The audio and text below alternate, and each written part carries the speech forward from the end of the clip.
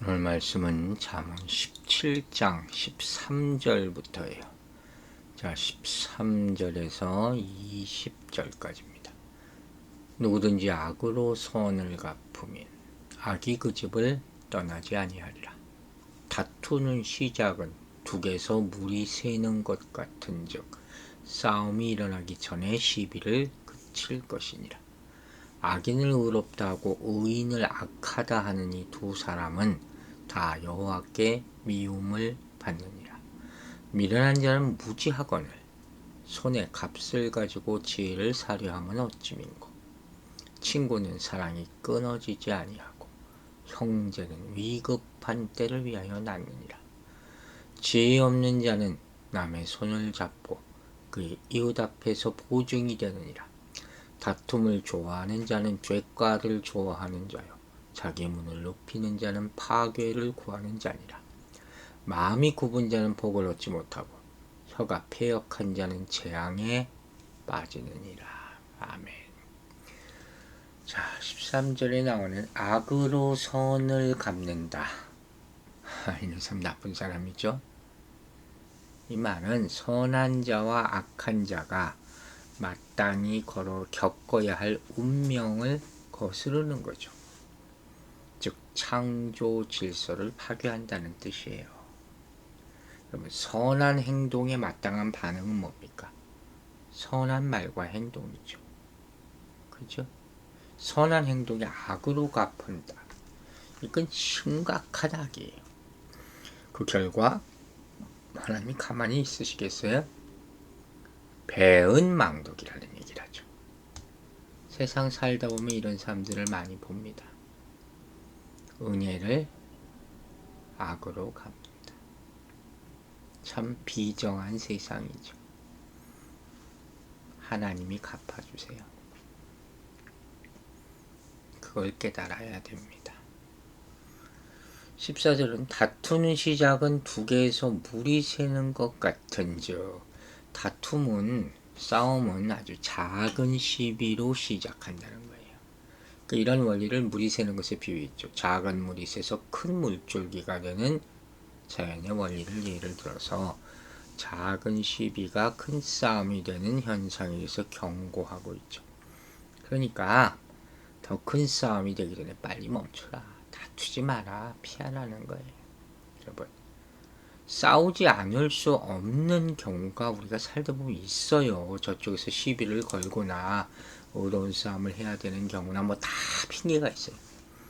예수님도 이런 상황에 대해서는 마태복음 10장 34절에서 자신이 검을 주러 왔다 하는 수사법을 쓰셨잖아요. 맨날 얻어맞으라는 게 아니에요. 그런데 솔직히 우리 인생을 돌아보면 이 죄인들이 모여 사는 세상에서 발생하는 99% 이상의 싸움은 사실상 하지 말아야 할 것이 많다는 거예요. 이거 인정할 수 있겠어요, 여러분? 안 싸워도 돼요. 안 싸워야 되는 거예요. 즉 아무리 위대한 자기 명분이 있어도 다툼이라는 것은 결국 알량하고 갖고 있던 것조차 상실하는 파괴로 귀결되고 맞다는 거예요. 싸움이 해악이죠. 여러분, 사람들은 정의 이름으로 막 싸운다. 자기가 하는 싸움은 다 이렇게 얘기해. 근데 대부분 보면 불의하고 더러운 과정을 거치고 추악함을 나타내게 돼요. 그러니까 늘 싸움을 만드는 사람이 어떤 공동체든지 있습니다, 여러분. 그 사람은 사실은 불의한 사람이에요. 예수님의 궁극적인 목적은 평화예요. 그래서 평화를 만드는 자에게는 하나님의 아들과 딸의 칭호를 받는 복이 있다고 마태복음 5장 9절에서 얘기하고 있어요. 로마서 12장 18절은 할 수 있거든 너희로서는 모든 사람과 더불어 화목하라. 할 수 있거든 이라는 말이 참 재밌죠. 최선을 다하라는 것이죠. 15절을 보면 악인을 의롭다 하고 의인을 악하다 하는 이 두 사람은 다 여호와께 미움을 받는다. 이게 또 거꾸로 하는 모습이죠. 이런 사람이 의외로 많아요. 여러분, 창조 질서는 뭐예요? 악인이 멸망하고 의인은 복을 받는 거예요. 그런데 악인을 의롭다고 하고 의인을 악하다고 해? 창조 질서를 어기는 거잖아요. 그래서 심판받는다는, 이건 여지없어요. 우리가 돌이킬 수 없는 거예요. 여호와의 미움을 받는다는 여기 나온 이 표현은 13절에 악이 그 집을 떠나지 아니하리라 하는 심판선언과 연결된 것이죠. 즉 악인은 악인이 마땅히 받아야 할 심판을 결국 받게 될 것이다. 피할 수 없는 운명이에요. 자기가 만든 운명이죠.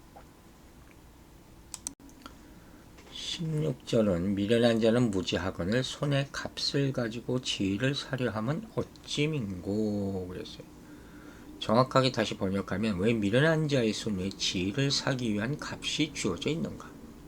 그의 마음은 텅 비어 있으면서 가짜라는 거죠. 앞뒤가 다르고 본 마음과 행동이 다른 사람들. 즉 다시 말하면 이 말은 미련한 자는 어떤 값을 치더라도 지혜를 구할 수는 없다는 거예요. 그게 되겠습니까? 진심이 아닌데. 그게 무지하다는 것은 텅 빈 마음 때문이라는 거예요. 근데 문제는 미련한 자는 자기가 돈으로 지혜를 구할 수 있다고 착각하고 있다는 것이죠. 이런 사람들이 얼마나 세상에 많습니까? 문제는 돈으로 지혜를 살 수 있고 없고가 아니라 그 마음이 지혜를 담을 수 없다는 데 있는 거예요. 여러분 아시겠어요? 돈으로 살 수 있는 건 많죠. 그러나 진짜 자기께 안 되는 것과 똑같은 거예요. 다시 한번 얘기합니다. 미련한 자는 그 마음이 지혜를 담을 수가 없어요. 즉 지혜를 소유하는 것은 외적 조건이 아니라 내적 품성이다. 좋은 성품을 가져야 되는 거예요. 여러분, 자신의 뜻만 고집하는 미련한 사람들 참 세상에 많죠. 이런 사람들 때문에 다툼이 시작이 되는 거예요. 오늘 본문에 처음부터 그 얘기를 했잖아요. 다툼의 시작은 북에서 물이 새는 것 같다. 왜 그렇게 될까요? 다른 사람의 선의를 악으로 갚는 일을 계속하기 때문이에요. 이 사람은 결국 자신도 그렇게 당해요. 그래서 재앙이 그의 집에 떠나지 않는다. 본문이 얘기하는 거예요. 서로에게 적의를 품지 말아야 된다는 거예요. 그럼 결국 다투게 되고 재앙이 닥치게 되고 싸우지 않는 것이 최선이다. 이게 오늘 본문의 핵심 요절이에요. 그런데 자꾸 잘못된 판단 기준을 그걸 믿고 밀고 나가려고 쓸데없는 고집이라 그러죠. 이거 하나님이 미워하시는 거예요. 그 선인과 악인을 잘못 판단하는 결과를 가져오게 된다고 말하지 않습니까? 선인과 악인을 잘못 판단하는 일은 저울추를 속이는 일과 같다 했어요. 잘못 판단하는 게 아니라 자기 고집 때문에 잘못된 결과를 가져오게 되는 거예요. 하나님의 기준이야. 판단은 하나님이 하시는 거죠. 근데 그걸 내 맘대로 바꿔? 그러니까 혐오하시는 거예요. 우리의 잘못된 생각을 고치지 않고는 패망의 길을 결코 벗어날 수 없습니다. 하나님의 기준인 말씀만 붙잡으시기를 주의 이름으로 축원합니다. 여러분, 토마스 홉스라는 사람이 이런 말을 했어요. 만인에 대한 투쟁. 이게 무슨 얘기냐? 사람들이 모두 자신의 이익만을 고집하면 서로가 모두를 대항해서 싸울 수밖에 없다는 거예요. 그래서 전쟁이 끝나지 않는 거예요. 끊임없는 전쟁 세상이. 단 한 번도 중단된 적이 없는 전쟁. 그걸 멈추려면 어떻게 해야 돼요? 당장 내가 손해보는 것 같아도 자신을 낮추고 다른 사람을 배려하라는 거예요. 나중에는 그것이 결국 득이 될 것이다. 그래서 결국 재앙을 피하게 되고 복을 누리게 되는 거죠. 이건 돈으로 살 수 있는 게 아니라 그랬어요. 하나님이 은혜 내리셔야 되고 또 누군가가 도와줘야 되고 쉽지 않은 것이죠. 여러분에게 그런 하나님의 은혜가 임하게 되기를 주의 이름으로 축원합니다. 17절부터 20절 말씀은 이웃과의 관계에 대한 자문이에요. 17, 18절은 친구의 가치와 금해야 될 우정에 대한 얘기죠. 친구는 사랑이 끊어지지 아니하고 형제는 위급한 때를 위해 낳느니라. 이렇게 얘기했어요. 19절부터 20절은 친구와의 관계에서 멀리해야 할 삶의 태도. 다툼을 좋아하는 자는 죄과를 좋아하는 자라고 그랬잖아요. 다시 돌아가서 17절을 보면 친구와 형제의 가치를 설명해요. 친구가 형제보다 더 가치가 있다. 다 그런 건 아니죠. 상황에 따라서. 그죠? 어떤 상황이에요? 형제가 위급한 상황에서 도움을 줄 수 있는 대상이라면 친구는 언제나 사랑을 받고 줄 수 있는 대상이기 때문이다. 이렇게 표현하고 있어요. 여러분 주위에 그런 친구가 있기를 바랍니다. 18절은 친구 관계에서 금해야 되는 보증에 대해서 말하죠. 보증 성경이 잠언에 많이 설명하고 있어요. 보증이라는 것은 잠언을 보면 일관성 있게 금하고 있어요. 여러분 보증 절대로 하지 마세요. 제가 얘기하는 거 있어요. 저 교회에서 보증하지 말고 계하지 말라. 계하지 말라 그러니 말을 하니까 뉴욕에서 사람들이 싫어하더라고요. 계 모임 같은 거 절대 하면 안 돼요, 여러분. 이것도 유사한 걸 만들어서 비스무리하게 해서 하더라고. 그 하나님 속이는 일이 더 나쁜 짓 하는 거예요. 보증이 위험한 이유가 아세요? 뭐 서로 돕는 건데 왜 그러냐? 능력 이상의 것을 약속해서 하나님이 주신 재물과 가정까지 단번에 잃게 되는 행동이 바로 보증이에요. 망해요. 잠언은 분명히 자 분별하세요. 각자의 능력 안에서 어려운 이웃을 돕는 구제라는 것을 명령해요. 성경이 다. 그죠? 근데 능력을 벗어나서 이웃을 돕는 보증은 철저하게 금하고 있다. 주변에 자꾸 이런 거 끌어들이려는 사람이 있어요. 그 예수 이름으로 쫓아내야 될 거예요. 어울리는 것도 안 되고 다 말도 안 되는 것이고 그냥 모르는 척 하고 있는 것도 잘못하는 거예요. 아닌 건 아니라고 얘기할 수 있어야 된다고 그랬잖아요. 그래서 그것 때문에 교회를 안 나온다 그러면 여러분 그건 딜할 문제가 아니에요. 제가 여러 차례 얘기하지만 교회를 무슨 딜을 해서 사람들을 모으는 곳이라고 생각하면 안 돼요. 어떤 분은 그러더라고요. 처음엔 모르니까 데리고 와서 나중에 말씀 듣다 깨달으면 되죠. 저도 젊었을 땐 그렇게 생각할 때가 있었어요. 교회는 하나님의 장소예요. 더럽히지 맙시다, 여러분. 나중에 후회합니다. 19절 다툼을 좋아하는 자는 죄가를 좋아하는 자다. 자기 문을 높이는 자는 파괴를 구하는 자다. 관계를 파괴하는 부정적인 요소들 다툼, 교만 다 나오죠. 다툼을 좋아하는 자는 분쟁을 좋아한다. 마찬가지 일맥상통한 이웃과 항상 다투는 사람들 결과는 공동체를 분열시키는 것이죠. 자기 문을 높인다. 이는 파괴를 구한다. 이 말은 집을 짓고 문을 높인다는 건 뭘 얘기해요? 이과의 단절이에요. 왜 이렇게 해요? 교만하니까. 자기들만 다 고립되어 살겠다. 그죠? 그게 교만이죠.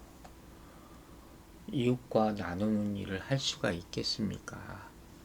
지붕이 높은데 내려다보는 것밖에 못하죠. 20절 마음이 굽은 자는 이 구분이 또 나오죠. 복을 얻지 못하고 혀가 패역한 자는 재앙에 빠지느니라. 잘못된 생각과 말을 만들어내는 마음, 그 마음의 생각을 표출하는 혀, 멸망의 원인, 이웃과의 관계를 파괴하는 가장 큰 원인이 된다는 것이죠. 요약하면 다툼을 불러오는 악한 자가 왜 재앙을 만나는지 그 이유를 17절부터 20절까지 보여주고 있는 거예요. 그 예로 친구와 형제, 위급할 때 진가를 발휘하는 거죠. 늘 남을 공격하고 남과 다투는 사람에겐 진정한 친구가 있어? 없겠지. 이득을 따라만 움직이다가 결국 재앙에 빠지게 된다는 거예요. 하나님과 하나님의 사람을 바로 대하지 못하면 복을 누릴 수 없어요. 사람을 대할 때 정말 바로 해야 돼요. 여러분 자기 이득만 취해서 살면 안 돼요. 그리스도인이 그렇게 살면 정말 벌 받아요. 마음을 바로 하고 말에 주의하시기 바랍니다. 교회는 그렇게 간단한 곳이 아닙니다. 또 한 가지 본모에 주는 중요한 교훈이 뭐예요? 역경이 처한 사람에게 내밀어야 할 도움의 손길, 그것하고 빚보증을 서는 어리석음을 구별해야 된다는 거예요. 진실한 우정이 뭡니까? 무조건 도와주는 게 아니에요. 잘못된 것은 잘못됐다고 말할 수 있는 것이죠. 20절에 나오는 굽었다 하는 단어, 우리 마음이 굽으면 안 된다 그랬죠. 가는 길이 굽으면 안 된다 그랬죠. 히브리 원어의 의미는 사악하다, 패역하다는 뜻이에요. 하나님의 마음을 올바리 따르지 못하는 게 굽은 거예요. 굽은 마음을 가지면 굽은 눈으로 보고 왜곡된 모습을 대하게 되는 것이죠. 이게 악이에요. 이 악이 자신과 모든 주위 사람들에게 근심이 되는 것이죠. 여러분, 다른 이의 도움 없이 혼자 살아갈 수 있는 사람이 있을까? 언젠가 안 될 때가 옵니다. 그러나 그것을 깨닫지 못할 때가 너무 많아요. 조금 살만하면, 조금 건강해지면 자기 멋대로 하려고 하는 게 인간의 어리석음이에요. 그래서 귀찮아서 손해볼까봐 다른 사람의 권경을 자주 외면하곤 하죠. 하지만 자신에게 정말 위급한 일이 닥칠 때가 옵니다. 그때 도움의 손길 아니면 자신을 도와준 사람들을 외면한 것이 얼마나 큰 잘못인지를 깨닫게 되는 거예요. 그때 후회해봤자 투레. 또 어떤 사람은 조금 더 손해보지 않으려는 마음, 그 마음 품다가 위급할 때 오히려 큰 피해를 보게 될 수도 있죠. 그래서 일상이 중요한 거예요. 일상에서 만나는 모든 사람들에게 더 사랑을 베푸세요. 도움을 베푸세요. 이건 절대 손해가 아닙니다. 도리어 하나님의 은혜를 받는 통로가 된다는 사실을 크게 깨닫게 되기를 주의 이름으로 축원합니다. 기도하겠습니다. 아버지 하나님 감사합니다. 오늘도 하나님의 말씀을 주셔서 감사합니다. 우리의 선한 행동 가운데 선한 말과 선한 모습이 나타나게 하여 주시옵소서. 세상이 다툼이 끊임이 없습니다. 큰 전쟁에서 개인과 개인의 시비 이르기까지 그 시작부터 하지 않도록 우리가 싸움을 멈출 수 있도록 내 이기심과 내 명분이 그것을 절대로 커버할 수 없다는 것을 깨닫고 고백하게 하여 주시옵소서. 할 수 있거든 너희로서는 모든 사람과 더불어 화목하라 하신 말씀을 명심할 수 있도록 성령이여 깨달음을 주시옵소서. 아버지, 우리 내적 품성이 하나님의 지혜로 충만하기를 바랍니다.